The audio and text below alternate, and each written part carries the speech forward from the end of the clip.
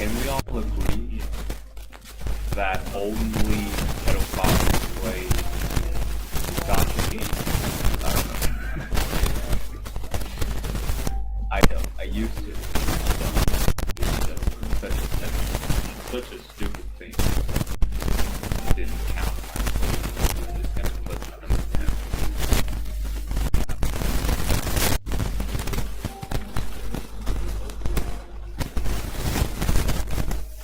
There. At about, I think about 30 minutes. Around 30 minutes.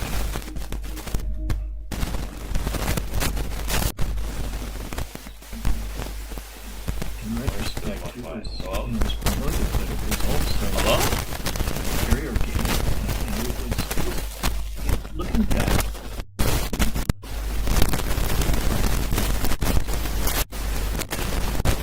And yeah, I had those experiences. Next time, if you want to practice, what did you practice? Like, I'm good with practice. 3 Rockets. Start with 2020 or Super said too many started might not be as good as they thought. left. Like actually might not be as good as they thought. And I was going to permanent places. Yeah, I would shoot them on the shoot. Of course, I think that question.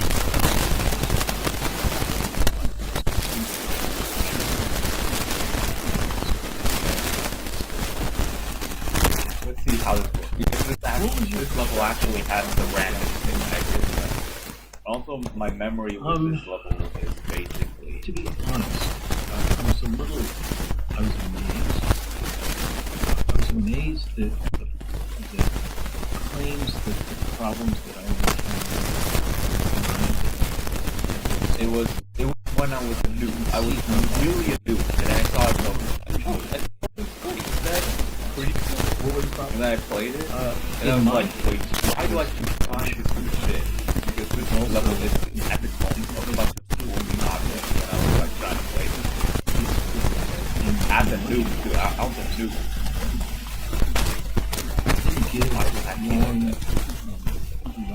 Long prolonged levels of depression. It's hard to make. It's kind of back then. It was almost a little bit of witchcraft. You drop, and for me as a graduate student, it was incredibly scary. It was a couple $1,000 for that. Back in the 80s. And it didn't always work. The reaction. So it was something. But then, as I started working with animal models and different formulations, If I come don't up with set formulations that work well, will it actually not so well. A lot of time.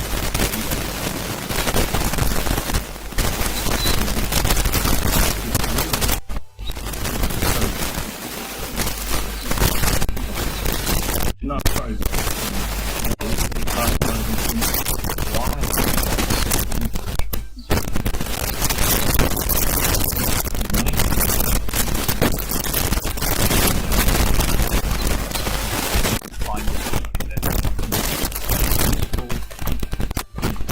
There ain't even no Moses? What is it You called? see it maturing as efficient as Really? in animals. And that also became Okay, it pulses the whole screen. Yeah, what a noticeable they abandoned the army because they don't go. they turned largely to this stage discovery that we had books and You actually have to go down there. Like you actually have to go down there.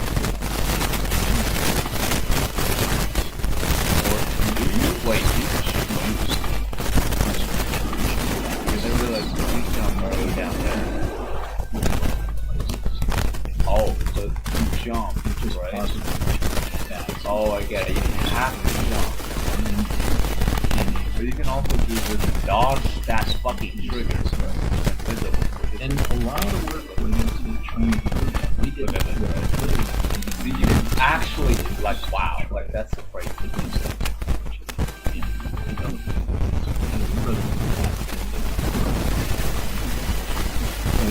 It never solved the delivery of people.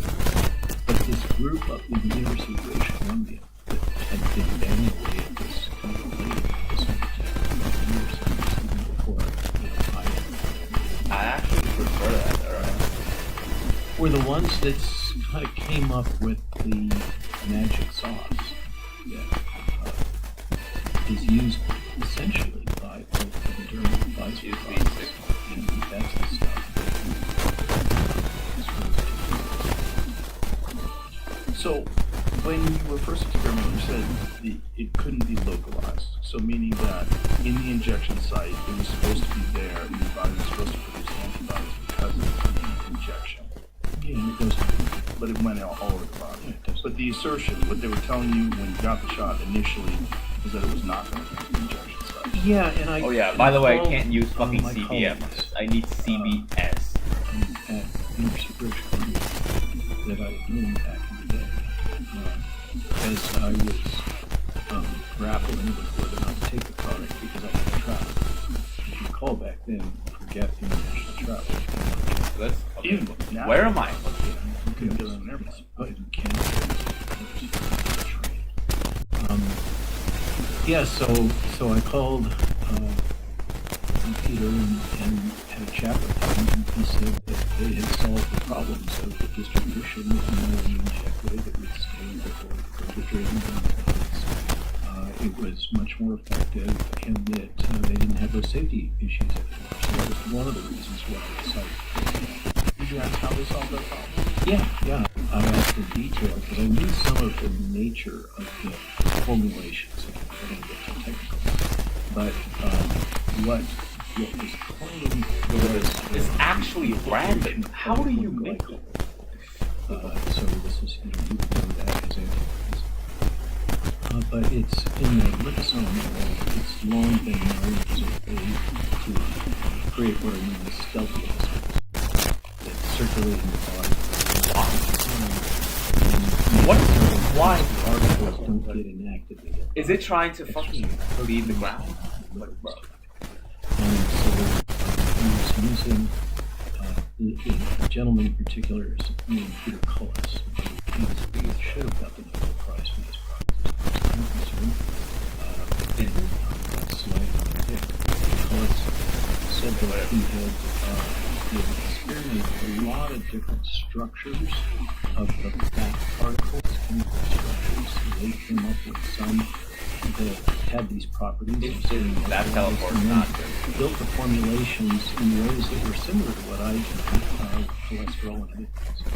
But then also added these shorter polyethylene glycol molecules attached with a really short organic. Oh my god. Or gasoline. Okay, I'm spamming too fast. Put the peg into the liposome particle, but in a way that once it got into the body, it would fall off. And so this is, some people have this sensation. Oh, look at that. Wow. Like, okay, wow. Suddenly, but it was those advances in components, because these are self-assembling particles that were used that Peter in his group, Peter Cullis, PIET, BBC in his group, built these products with this technology. And that was, isn't it safe even they for had it available, their choice, because they created companies for this. Because they licensed it non-exclusively to BioNTech.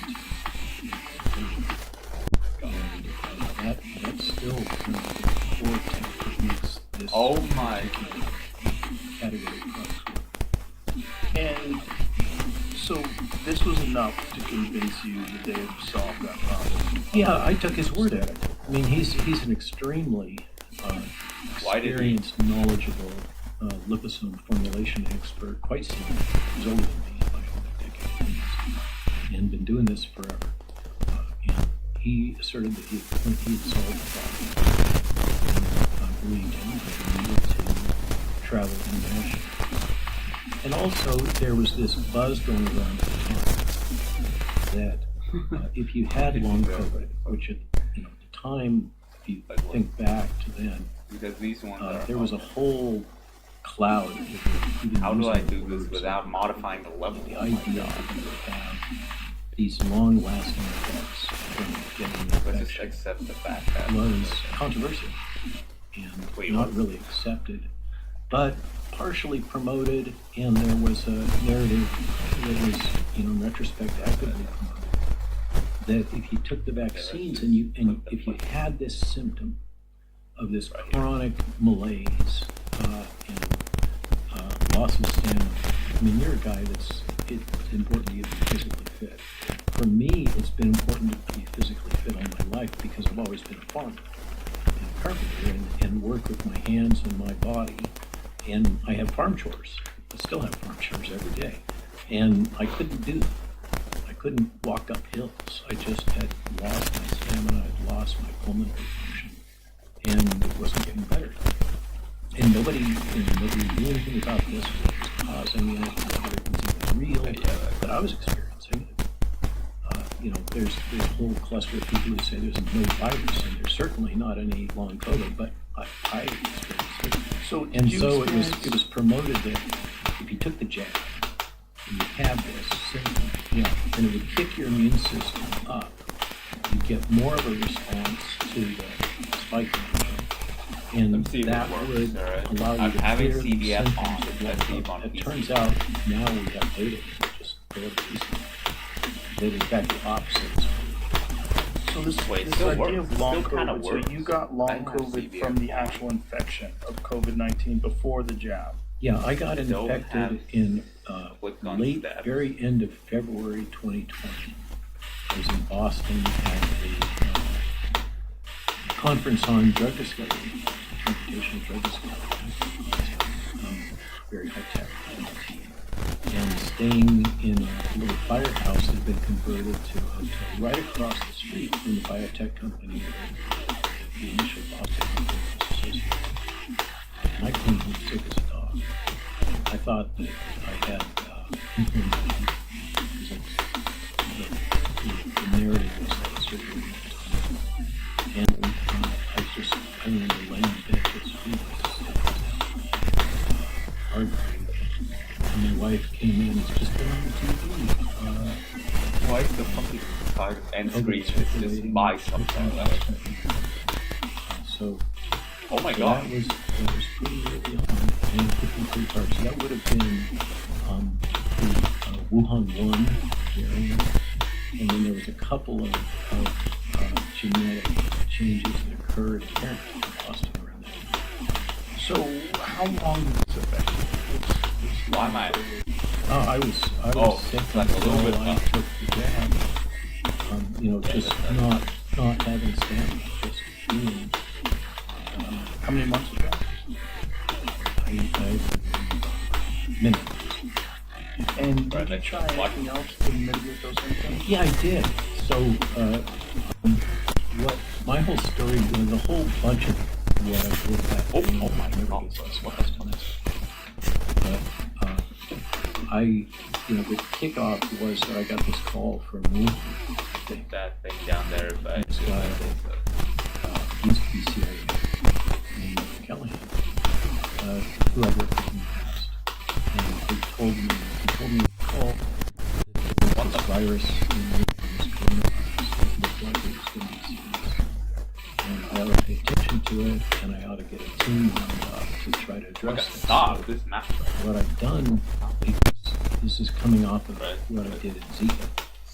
I'm a vaccinologist, but developing a vaccine in the face of an outbreak historically has taken decades.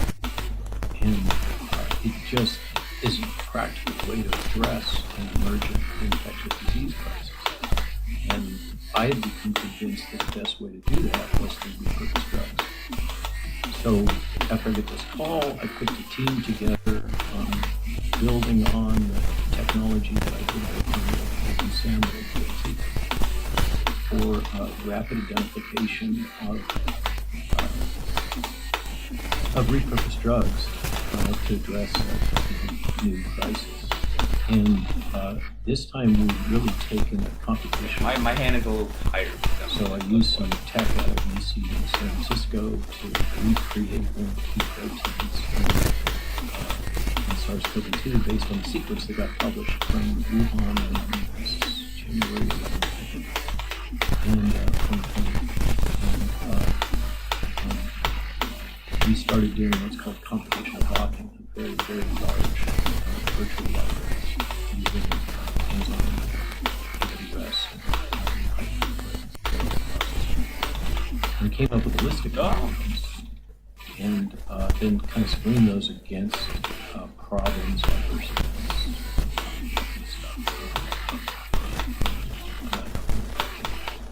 and it won't be random if I have this start. So I had this list. I had this list of compounds, and then I was so but where's it decided? And, you know, what you get trained in if you do clinical research is docs don't experiment themselves. But I'm lying there so sick that I'm just at that point I spent a lot of time already looking into the virus and what it's causing, what people were saying it was causing. How old are you at the time? Let's see, I'm 66 now, so what's it, 6? Yeah. So you were in a high-risk group.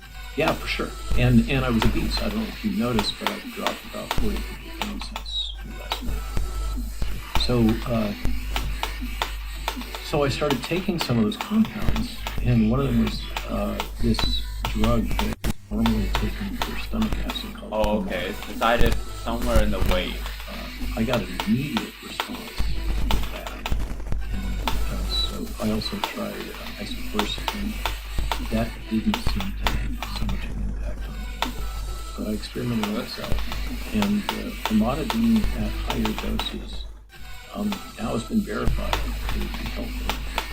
And it was one of the first things out of the box that people started taking, even prophylactically before we knew about ivermectin. And then that went on, and there's a whole thread here. We could go on for an hour about what was known for repurposed drugs. I was working closely with the Cancer Production Agency,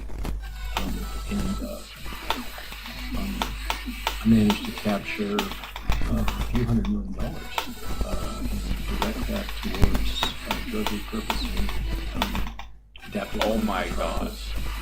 Etc. And the thing that I zoomed in on, okay, just collaboration 2 times, I guess. Doc up in Minnesota was the combination of famotidine, another anti-inflammatory called celecoxib, and then the thing that really kicked me out was forbidden horse medicine. Shit. And I managed to, working with the DoD, we got over $100 million. I set up a contract, got managed by SOIC.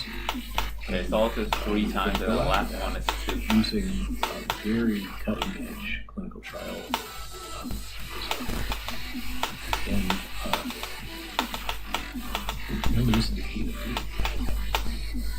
We submitted initial drug applications for using this combination of licensed drugs. If I get all of them, licensed drugs. And the FDA just dug in again and again, rejected the application. So long, what they said was, we might have to do cell culture tests to demonstrate the antiviral activity of ivermectin before they not 3. And so in the end, the DoD came and they dropped the ivermectin component and proceeded with the cell culture, which showed some Why were they so hesitant? What was the resistance? Your guess is as good as mine. Really, people think that I have visibility into PTSD. I met with them. I have a background in regulatory affairs. But the policy decisions that were made during COVID and still are perplexing. But particularly Ivan. Oh, it was like a high sin. Yeah. They deployed what do you want to call it? Propaganda, psychological warfare, nudge, everything, just like they did after you and I had our little discussion. It was stunning. I mean, like after we had our chat, I don't know if you remember, you asked me about what is this about mass formation and psychosis. Yeah. And the term broke the internet is overused. Broke the internet. Search results on Google. Great. Okay, I guess so. And Because it does get me. I need to get at least one. and couldn't be, it couldn't possibly be described what was happening, even though If I get all the person who heard it knew and well it did, but it was forbidden. I mean, this was forbidden because. People didn't hear our first I tried to get all of it. So since then, I've had a shitstorm come at me using the term psychosis coupled with mass formation. Grief, you think you got a lot of grief from Spotify. Spotify was actually great. Yeah. I had no grief with them. It was from Joni Mitchell. Oh, I artists. So you probably don't know the whole backstory. That's fun to dive into because it relates to the psychological warfare domain. Zero expert. Just to trying to understand. One, two, three. So Matthias Dessner. I need 4. University of Belgium, who, by the way, has been pretty well railroaded in his university. Not allowed to teach his own book on the psychological basis of totalitarianism, which is where that book had not come out yet, but it was the mass formation hypothesis is what was the kind of core of that book that's now published and widely regarded. So Matthias Matthias is somebody who, as a PhD, full professor, had long taught 20th century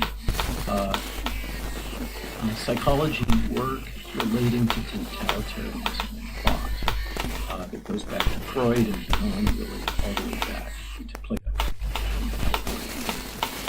And in particular, there was a number of philosophers in the 20th century associated with trying to make sense of Nazi Germany and what had happened to the German people when they were Europe, particularly relating to the Germans. And Matthias had been teaching this on a regular basis. And the way he tells the story, he had an epiphany one day that, oh my God, the thing that I've been teaching, I'm living.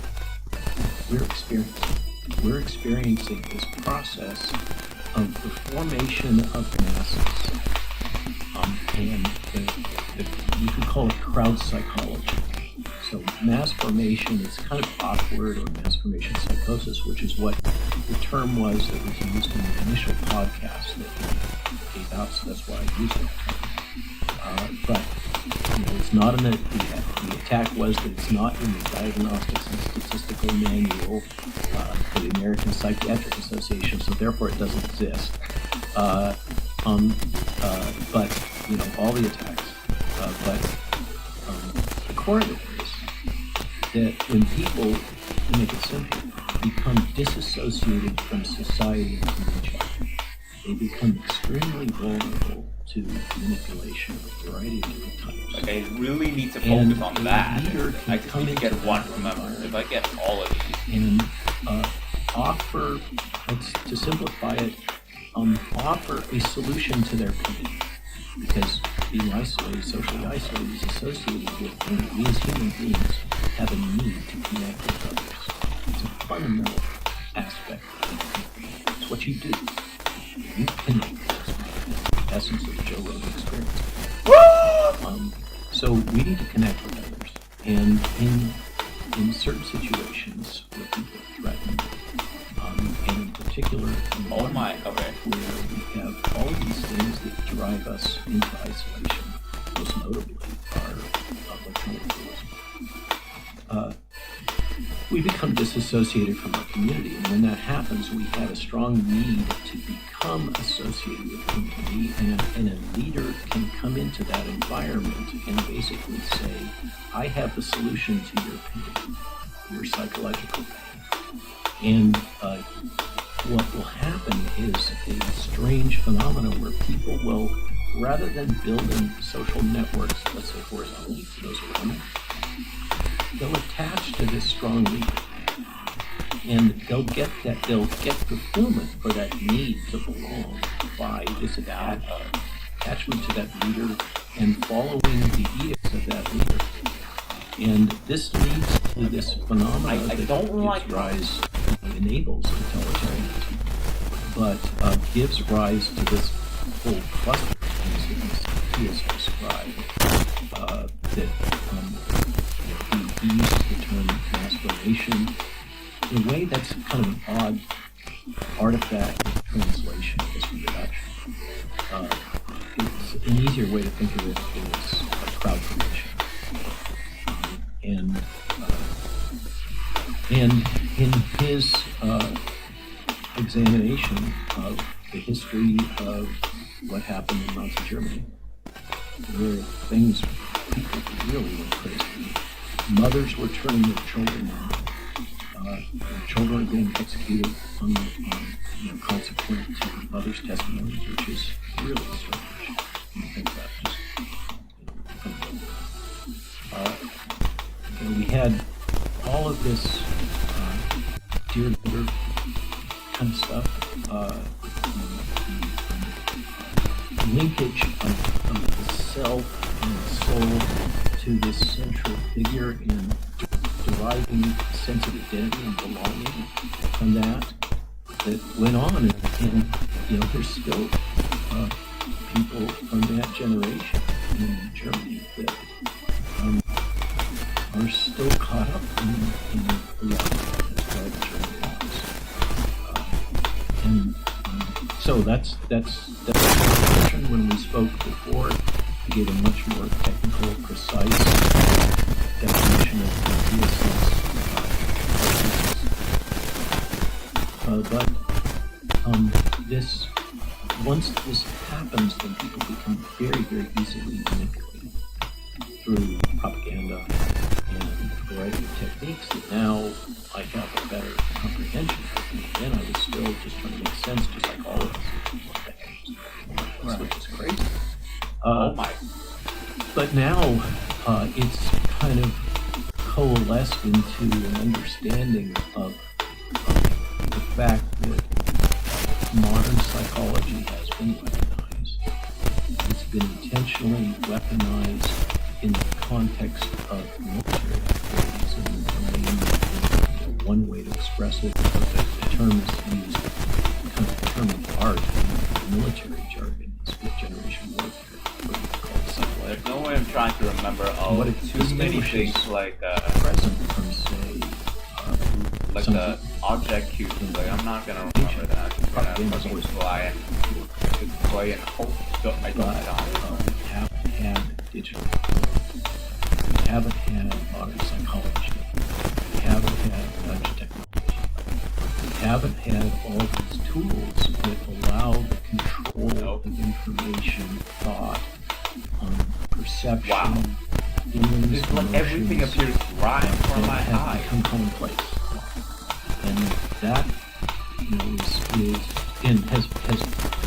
this suite of technology and capabilities that we saw deployed in all of us were built in a kind of a structured way, largely by UK and US leadership in the intelligence community.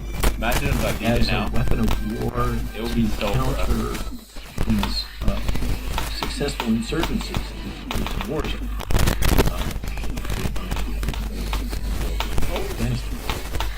And so that's why it was built. But then that tech Is it because I went that way that the path is like that? Is it random? Or is it because I went that way? Really launched. Well, what if I don't go that way? Part in the United States by presidential directive from Barack Obama. You can look it up. And by the way, the presidential directive is still in place. It established the nudge technology units in the United States. They're already operating in the UK. In the UK, it's quite advanced. When you look at UK politics right now, what's going on? I've heard it's different. No, it's still like that. This is no joke. Then if I'm here, we're barreling right to that endpoint, same as Canada. bro, I don't know, man. I don't know. We're just a little bit behind. And there, we have the benefit of the First Amendment to the Constitution, and often the courts. But there, they don't have those obstacles, and the government believes in the UK that once they have won an election, it's perfectly acceptable to deploy this modern psychology and information Oh my to the God. population. I argue that once that Rubicon is crossed, the idea of democracy, because the tech is so powerful, becomes completely perverted. And we got a good hard taste of that during COVID. What you and I experienced, what you experienced with ivermectin, what you experienced with, just talking about your own experiences, and blowback that happened after we did that little hit, is a super powerful, clear case study in understanding this intersection of modern psychology, warfare technology, and digital world, and algorithmic control of information, the creation of digital avatars for all of us, the application now in the present of artificial intelligence to custom craft messaging that gets fed into our digital domain. Why does it keep going down? In order to, sell us whatever, but also to shape how we think, and to control what information we see all the time. Just to give an example, my wife, who does a lot of research for our Substack, was talking to me. She just gave me a couple examples where stories that were in. I think it always works. Like it's just drop, just drop it, and it always works. Like, you don't need to click one. Times. It's a great source of all the stuff that we're not allowed to see here in the United States. You're now in most of the time it works. Information environment. You cannot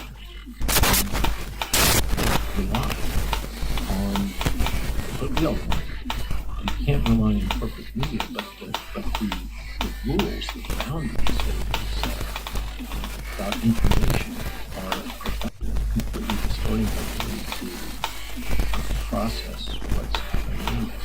I'll give you an example of what actually happened. You said in art, for example, with the blowback in Spotify. This is documented by a report out from the House about COVID and what happened. And that report only carries just through to the early part of the vaccines and it stops. For some reason, they didn't really make it on the road for the vaccines. They did talk a lot about the events around the lab leak hypothesis, which is allowed. You're allowed in DC now to talk about it. You're still, well, It was about 4 years later. yeah. So what was documented was that the trail of events was that we had our discussion. That triggered, this is going to sound bizarre, but this is what's documented.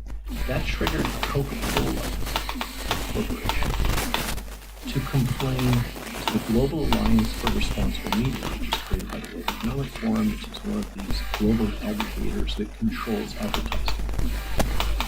Global Alliance for Responsible Media, which by by the way, had a dust up with Elon Musk and they closed it down. It still exists in other ways, but as a structure that could be sued by X, it disappeared. Stood up against it.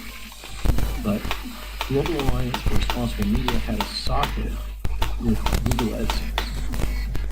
So they control the advertising ecosystem, which kind of matters to Spotify. Let's try it. So Coca-Cola complains to Gomer, saying, this guy Rogan, you gotta shut him down. Wait, why don't You I gotta just put pressure transfer on the Spotify. data? I'm so So Spotify gets the message. I don't know how it will We're merge gonna- the data. We're threatening to pull your advertising. Now, If what it's happens only between that and 361. your experience, I don't know. It's not 700 transparent to what you attempts on my experienced. phone. Yeah, we all remember the Laurel Canyon crowd saying they were going to pull their catalogs, which they didn't actually own, right? That was that was another thing. Let's see. And then they went after you with this mashup of inward historic events.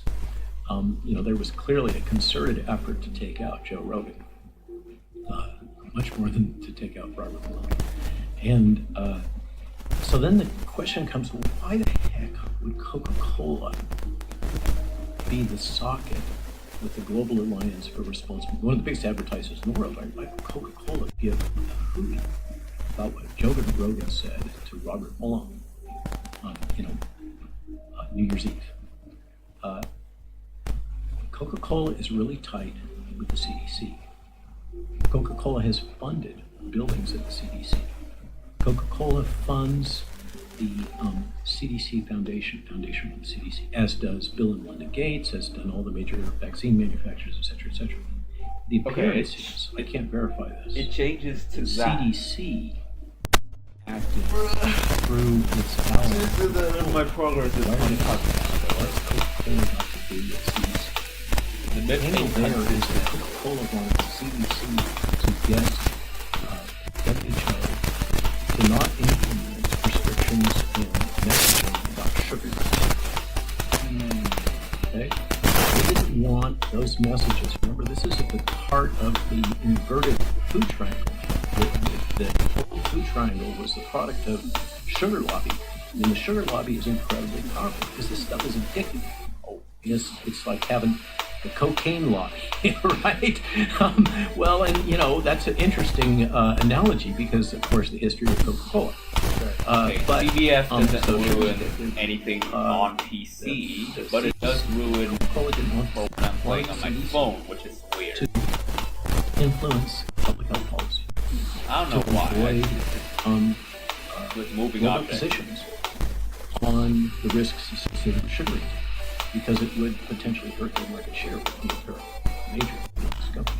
Like with slopes So that and little ecosystem I just described illustrates what we're dealing with here, and the many ways that all of this kind of influence and messaging and signaling happens in this kind of integrated, horizontally and vertically ecosystem that we live in.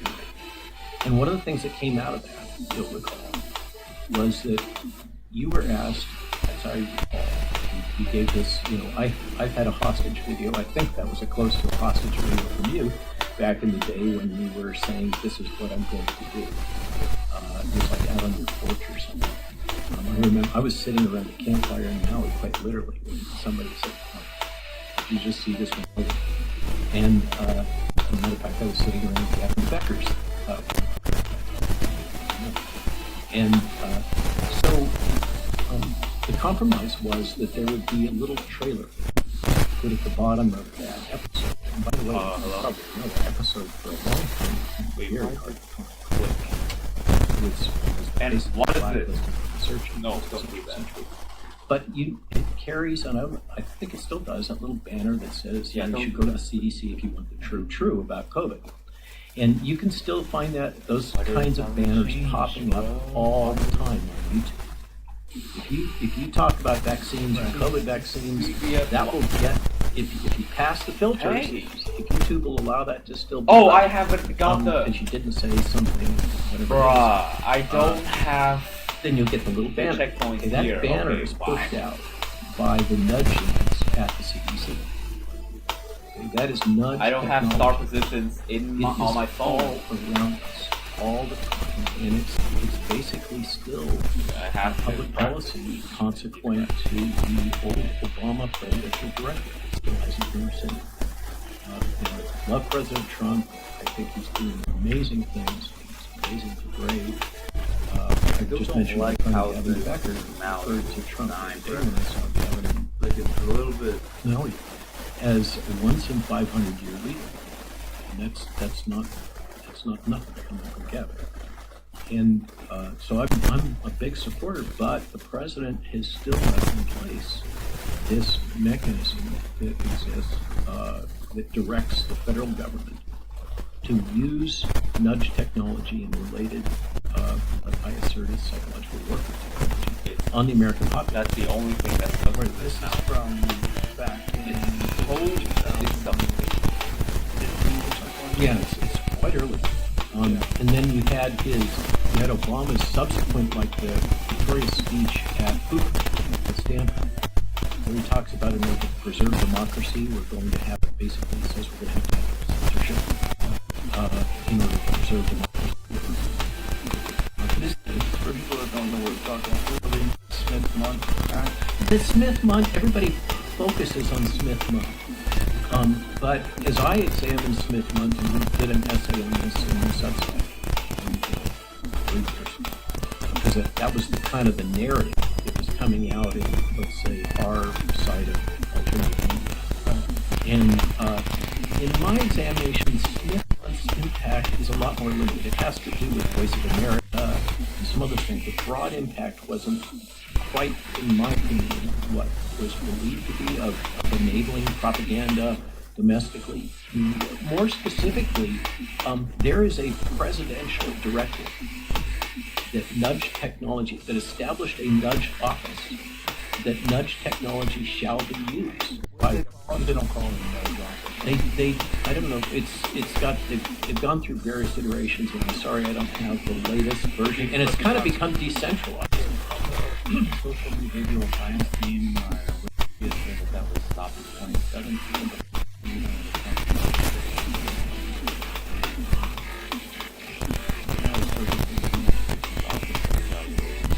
There we go. Yeah, it's kind of become. It's been, like I said, it's been pushed out into a lot of the agencies. They don't use that lexicon because then it's easy to find it. Right. And there's other euphemisms that Wait, it's not up and up. Oh my god. to describe those kinds of activities, but it's become normalized. The weaponization of propaganda has become normalized. Overall, behavioral interventions or nudges like the ones that were mentioned by OES have been found to be effective. In recent psychological science article, researchers identified several policy areas of interest, for example, healthcare. There you go, 2015. Yeah. When it was introduced. So 2015. President Obama signs an executive order requiring federal agencies to incorporate behavioral insights into their It evaluation. is so bad. Oh my god. Why is it random? Yeah. Okay, and so this has kind of become. Thank you so much for pulling that out. Oh my god. Super helpful. So this is, like I said, if I can illustrate, I was on a Great Britain news broadcast about 4 years ago. At the time when they would, there was a window of time where they would have me on sketchy. TV news was the only one that would do it. And but the rules were that if you were going to have somebody that was speaking against the government narrative, you had to have somebody representing the government's interests in the same broadcast. So that's implemented by, basically, the UK has an active censorship organization that controls news media. And so I'm on this guy, Great Britain News, pinstripe, bow tie, it just is. And I'm talking about psychological warfare and 77th Brigade, which is part of the British Army, which is their psychological warfare unit. It's very open. I need that to happen. case, I need that to kind of happen. as is Just the go. existence of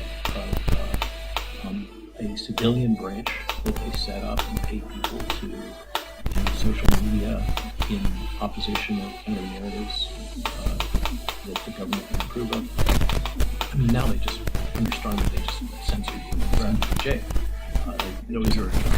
Cut out the middleman. Yeah. But back then they were still kind of buying civilians.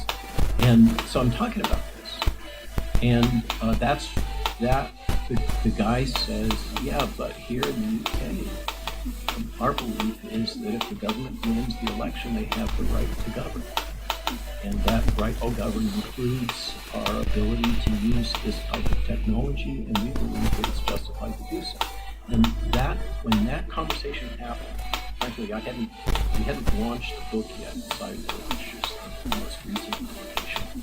And it just kind of all coalesced in my mind. Oh my God, what all these things, P.S. is teaching about mass formation, what I saw, what I experienced with you, what I experienced with concerted attacks of the media.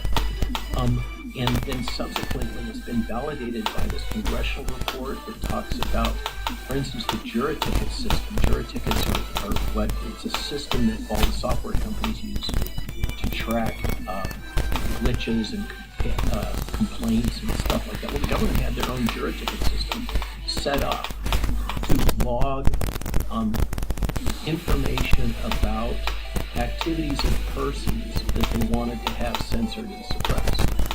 And they would build these juror tickets with information. And so one of the things that's out on the congressional report was that I actually had a juror ticket. I was surprised that this was the case.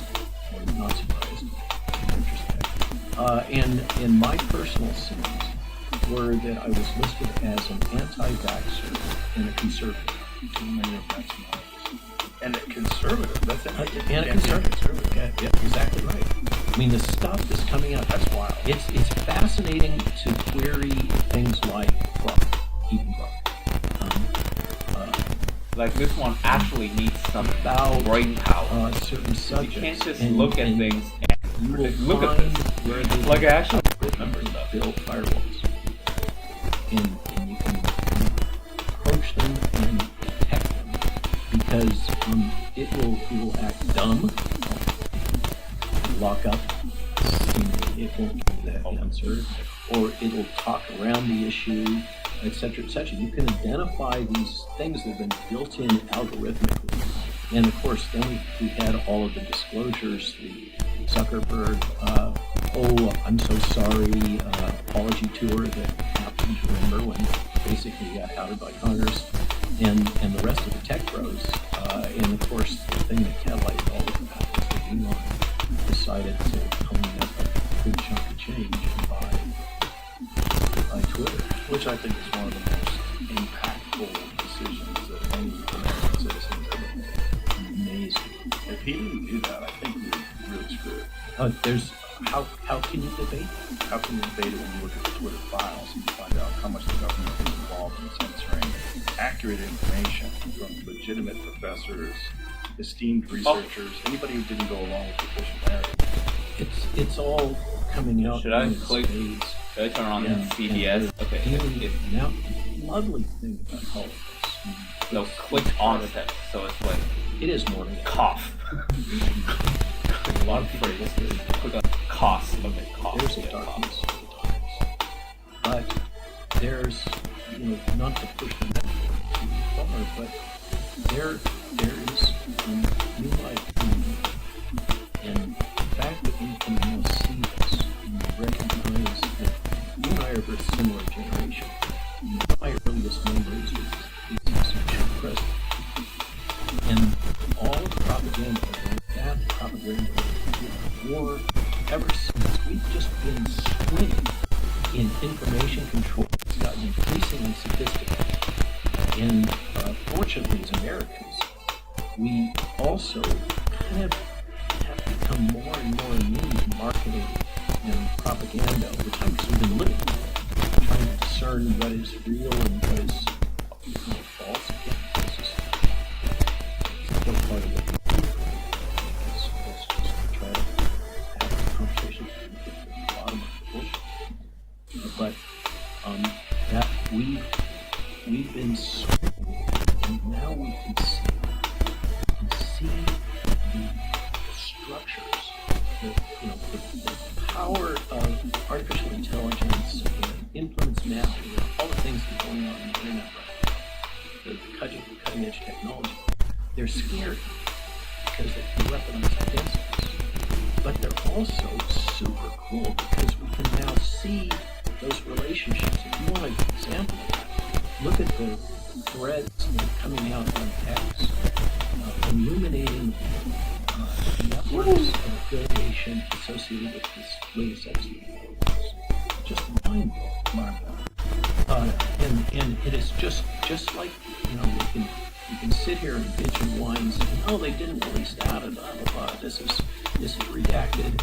All it's true, but still, the impact of that information, we're still getting to the bottom of it. It's completely changed most people's narrative of what happened. Like, we had this sort of vague understanding, but when you see in the email, like, clear evidence that they're talking about children, And horrifying. So that was the thing that, like, even when I talked to Mike Benz about that, his sort of impressions. I don't think they would use children. It just doesn't make any sense. If they're caught, but it just seems like. Yeah, if Mike Benz was incredulous, I know. That's pretty big. I just don't think we really knew until we saw those files come out. Yeah. And then you go, oh, well, there's no denying it. My position on this completely shifted. I thought there's probably some really sick people that have an appetite for that, but I hadn't seen any real evidence for it until these files. And now I'm like, oh, this is demonic. This is clearly demonic. Okay, so thank you for saying that. Honestly, I don't know how that. I'm somebody who was raised a Christian and went to Bible school and that kind of stuff as a kid, and youth groups, and then growing up in Central Coast, California, let's say, geared in different ways. Mm-hmm. But the experiences that we've encountered over the last half a dozen years, it's hard to come up with a language to express what we're observing in the world other than the language of theology. Well, demonic by action. So whether or not demons exist, if they did exist, that is how they would prey on children and torture children. And there was the one where there was a suggestion where a child was praying to Jesus, that like there was a joke that someone should dress up like Jesus. Did you see that one? No, Jim? I'm not watching this I don't stuff. even want to. I Yeah. don't even want. People send it to me, and I go, okay, because I'm for the most part off social media. But every now and then, someone will send me something that I have to look at. I'm like, oh my god. Yeah. And these are emails back and forth. Ugh. One of them where Epstein says, "I enjoyed the torture video." What? There's these references to pizza, a lot of references to pizza that are 100% some kind of a code. Yeah. And then it brings you back to Pizzagate, which was widely dismissed. Yeah. Everybody's like, oh, this is a bunch of kooks. Here it is. She said she felt God's presence next to her when she was in bed. She knows that Jesus watches over her, and he helps Let's her not save. speak like he that. helped save her life. And then he writes, "Whoops." And then, in response, Jeffrey Epstein says, "You should dress up as him when you see her." It is dark. You should dress up like Jesus when you see her. What the fuck? And well, look at the You're line. talking about a little look, kid look that's at the line. praying to Look at the Jesus. line above it. How Of am course. I supposed to interpret "I'm coming" trick? The OH Jesus, I'm coming trick. It's just the whole thing. But so we see this darkness. It involves leaders in academia, in science, in industry, in politics. Yeah. And it just, I remember a point in this arc of the last 6 years where a film crew came onto my farm and wanted to shoot some segments. And they were talking this, and frankly, I thought it was crazy. I kind of smiled and tried to be civil and nice, not contradict them about the New World Order. And then along comes, when my wife one day says, "Hey, you gotta look at this book by Shaw. It's called The Untitled Chapter." Like, what? I mean, he was just saying it out loud. Yeah. I mean, the World Economic Forum had those ads where they were saying, "You will own nothing and Yeah. you'll be happy." So Yeah. that's a crazy time. And That's it goes crazy. back to the current King of England, was the guy that kind of launched that. He was the first one to be really talking about it, that you can use your favorite AI and track it down yourself. I prefer not to use Google these days to try to find stuff, but we see vertical after vertical after vertical after vertical where information has been crafted and manipulated, and these same tools of delegitimization, of promotion of these messages that you are a conspiracy theorist, or that you are controlled opposition is another favorite one. A lot of this was pioneered in the 60s by the FBI against the religious protesters. You can go back and track it. Okay, the narrative of being a collaborator surreptitiously is called badjacking, and it has its own language and protocols for how to do this to people, to divide movements. We're in this being in the way. It's kind of a glorious moment where we're having a huge amount of social pressures coming together in this moment in time that you and I happen to live in. How fantastic is that? Be at a point in time where there is so much change, there's so much social interaction and pressure and competition between these different philosophies, and we're swimming. As somebody writes on a daily basis these essays on substance, I live in hell because I can't do what I used to do. It's you're a kid in a candy shop. There's so much corruption. There's so much falsehood being promoted. There's so much of this manipulation of reality.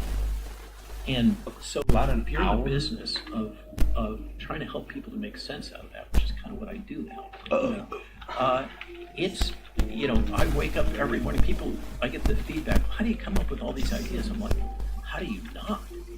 All you got to do is keep your eyes open. Yeah, it's not hard to search. So you talked about ivermectin. I mean, the ivermectin story is About still 1 hour, ongoing. 20 minutes. There was an announcement the other day from HHS that they are launching new initiatives to investigate the use of ivermectin in cancer.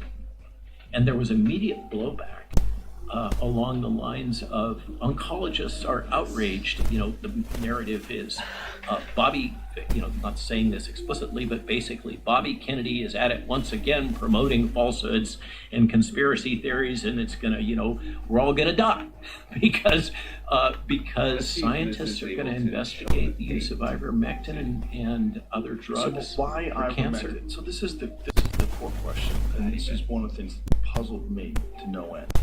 I understood that they were upset that I had gotten better without the use of the vaccine, that I was a popular person, that I was a famous person, and I made a video about a canceled show.